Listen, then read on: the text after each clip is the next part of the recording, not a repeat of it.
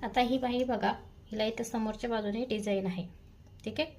आता आपण हे जे अस्तर आहे कटिंग केलेलं, तर आपण हे वरच्या बाजूने ठेवू शकत नाही, कारण इथे समोर डिझाईन आहे। तर आपण काय करणार आहोत, बाहीची बाजू उलटी करायची आहे मेन फॅब्रिकची, आणि ही जी बाजू आहे अस्तरची ती बघून घ्यायची। बघा, ही अशी ठेवायची, जे मेन फॅब्रिक आहे त्यावरती अस्तरची बाही ठेवायची।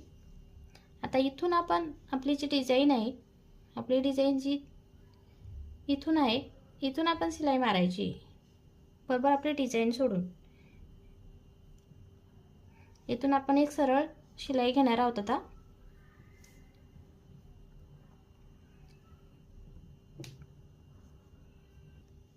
आता इथे बघा, मी शिलाई मारून घेतली वरच्या बाजूने, आणि बघू शकता आपली जी डिझाईन आहे ती बरोबर अशी येते।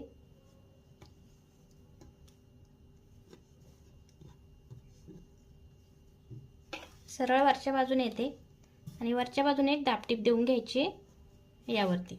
तुम्हाला दाबटीप देऊन दाखवते मी।